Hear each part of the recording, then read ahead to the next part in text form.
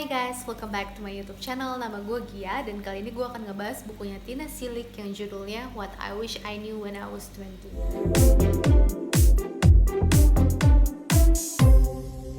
Apa sih yang gue harapkan gue tahu ketika usia gue 20 tahun. Jadi kenapa harus baca buku ini? Supaya kita tuh tidak melakukan kesalahan-kesalahan yang orang lain bikin gitu.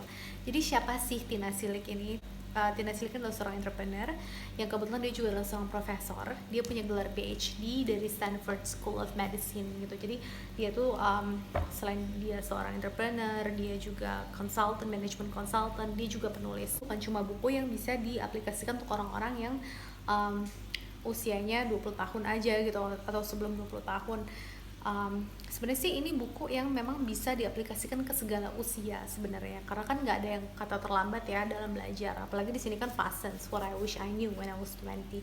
Kalau kata Michelangelo aja, I'm 85 years old and I am still learning gitu. Jadi buku ini tuh memang bisa diaplikasikan untuk segala usia menurut gue. Jadi setelah gue baca buku ini tuh gue ngerasa dia ngebagi ini tuh menjadi dua bagian gitu. Jadi bagian pertama itu dia ngebahas tentang pengalamannya dia mengajar di kelasnya dia, karena dia kan kebetulan juga pengajar, dia punya entrepreneurship classroom gitu, dan tiba-tiba kelas yang seru banget gitu loh, yang eksperimental gitu loh. Dan di 5 atau 6 chapter berikutnya dia tuh ngebahas lebih fokus ke sesuatu yang lebih serius, kayak filosofi hidup, pengalamannya dia, terus dia ketemu sama orang-orang hebat tuh yang kayak gimana aja gitu. Jadi lebih kayak gitu, dibagi menjadi dua bagian. Ini tuh mostly dia menceritakan tentang kegiatan mengajarnya dia di kelas, dan kelasnya dia tuh seru banget ya, tiba-tiba experimental kelasnya gitu. Nah, salah satu case di kelasnya dia itu adalah dia bikin project ke mahasiswanya. What would you do to earn money if all you had was $5 and 2 hours? Jadi apa nih yang lo lakukan untuk menghasilkan uang kalau lo tuh cuma punya $5 dan lo cuma punya 2 jam gitu. Nanti dia akan elaborasikan tuh jawaban-jawaban dari mahasiswanya, project-project yang dikerjakan mahasiswanya, seseru apa gitu. Seru banget lah. Dan waktu gue baca bukunya dia nih, di chapter ini tuh somehow mengingatkan gue akan filmnya Vince Vaughn dan Owen Wilson. Kalau teman-teman pernah nonton filmnya The Internship, you guys know exactly what I'm talking about pasti. Feelnya dapet banget gitu, soalnya waktu gue baca ini gue tiba-tiba langsung memorize ke film itu gitu. Jadi buat yang belum pernah nonton Internship, ini tuh cerita tentang dua orang sahabat yang pengangguran, yang pada akhirnya tuh mereka magang di Google gitu. Jadi mereka tuh harus ngebentuk suatu tim, dan mereka berkompetisi dengan tim-tim lain. Dan kegiatannya di timnya itu adalah ya project-project kayak gini, kayak kelasnya Tina tadi yang $5 and 2 hours tadi. So, well, if you guys enjoy the movie as much as I do, I'm pretty sure you gonna end up enjoying this book, karena emang seseru itu kelasnya Tina. Dan buat teman-teman yang belum nonton filmnya, buka aja trailernya, nonton aja trailernya. Dari nonton trailer Internship itu mungkin jadi kebayang gitu, oh ternyata seseru itu filmnya, dan seseru itu juga buku ini. Dari bukunya ini gue akan coba highlights beberapa yang simple aja. Yang pertama yang gue dapat dari buku ini adalah do what you love, love what you do. Jadi intinya di sini adalah bagaimana kita untuk mencintai apa yang kita lakukan gitu. Tina bilang di buku ini adalah the sweet spot is when your passion is overlap with your skill and the market.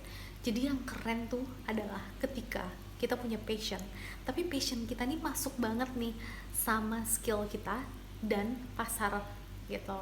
Jadi kayak misalnya contohnya anak kecil nih yang mereka tuh sampai lupa waktu, mereka bangun kota dari mainan legonya dia, atau penulis yang nulis berjam-jam bikin buku, mereka tuh bahkan lupa waktu, jadi mereka nggak capek. Begitu juga dengan pelukis yang bisa ngelukis berjam-jam atau berhari-hari tanpa disadari mereka bekerja keras, tapi mereka sebenarnya nggak ngerasa mereka kerja keras gitu.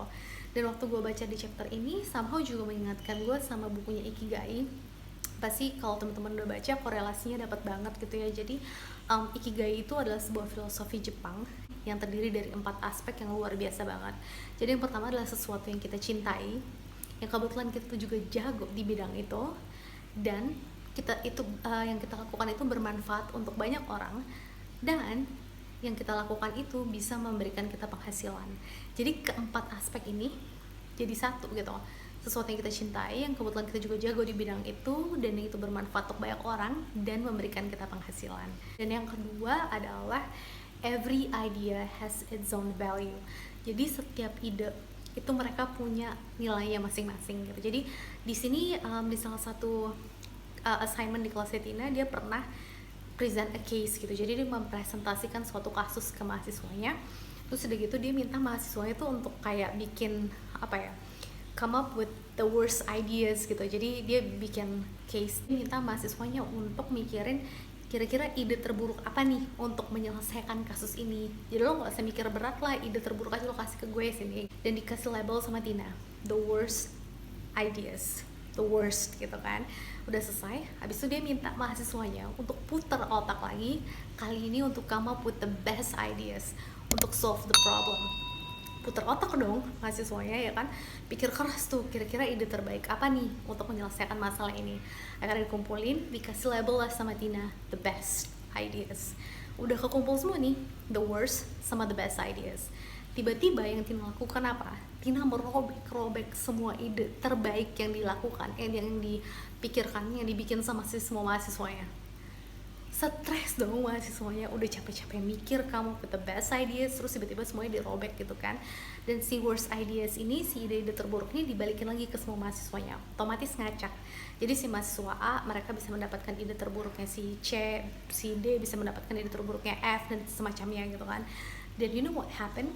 Dalam proses itu ternyata banyak mahasiswa yang ngelihat ide itu dan merasa bahwa wow, ini adalah ide yang baik gitu, ide ini bisa berhasil gitu. Jadi intinya di sini Tina menunjukkan bahwa tidak semua ide yang kita pikir itu buruk atau konyol itu bisa berakhir buruk. Ini adalah every idea has its own value. Hargai aja setiap ide yang kita punya di kepala kita, coba realisasikan dulu gitu, atau kita coba brainstorm, atau kita coba exchange idea sama orang-orang terdekat sebelum kita pikir itu tuh ide yang bodoh gitu. Dan yang ketiga adalah believe in yourself, no matter what people say about you. Di sini Tina lebih personal ya. Jadi waktu dia punya bisnis pertama kali, dia bikin kartu nama dong. Dia bikin kartu nama, dia tulis title-nya sebagai President of Course. Karena kan itu bisnisnya dia yang punya owner, presiden gitu kan. Dia kasihlah kartu namanya ke bapaknya. Nah, bapaknya ini adalah tipe orang yang bekerja di perusahaan yang kayak no matter what you do, you will get promoted gitu. Mau lo jago, mau lo enggak, lo kan tetap dipromote dalam kurun waktu tertentu. Jadi mungkin tiba-tiba perusahaan konservatif gitu ya. Jadi waktu bapaknya ngeliat si kartu nama ini, dia ngerasa kayak loh, lo nggak bisa nih lo nggak bisa nih memberikan title presiden kepada diri lo sendiri gitu loh. Untuk menjadi presiden lo harus ditunjuk, untuk menjadi presiden lo harus diangkat gitu. Bapaknya ngomong kayak gitu. Nah terus ada kasus lain ketika Tina mau mempublish buku pertamanya, dimana orang-orang di sekitarnya berpikir bahwa si Tina ini tuh nggak pantas, bukan nggak pantas ya, mungkin meragukan gitu, skeptis kayak apa sih yang lo punya sampai lo pikir lo mau publish buku gitu. Dan anyway, si Tina tetap melakukan semua itu karena dia percaya bahwa dia bisa gitu. And then one day at some point of her life, dia recall lagi tuh semua kejadian itu, dan dia berpikir bahwa wow, kalau misalnya dulu nih gue dengerin bapak gue bahwa gue gak bisa jadi presiden, mungkin sekarang gue gak akan jadi businesswoman gitu. Kalau dulu gue dengerin orang-orang yang skeptis dengan dengan kelebihan gue bahwa gue gak bisa nulis buku, mungkin sekarang gue akan menerbitkan 20 buku, dan salah satunya adalah bestseller buku ini, What I Wish I Knew When I Was 20 gitu. Jadi dia coba recall lagi dan dia tidak menyesal dengan apa yang dia lakukan gitu. Jadi sebenarnya ini buku tuh apa sih intinya? Kalau gue lihat sih sebenarnya di sini dia mencoba untuk memberikan message bahwa life is all about enjoying ourselves gitu. Jadi gimana caranya kita mencoba untuk menikmati proses gitu, apa yang kita lakukan. So far sih menurut gue buku ini seru banget ya. Buat teman-teman yang udah baca, menurut teman-teman gimana? Apakah menurut teman-teman buku ini seseru itu? Dan kalau teman-teman ada masukan kira-kira buku apa lagi yang seru buat di review atau dibahas, just let me know. Insya Allah bermanfaat buat teman-teman. And thank you so much for watching, and then I'll see you on the next episode. Bye bye.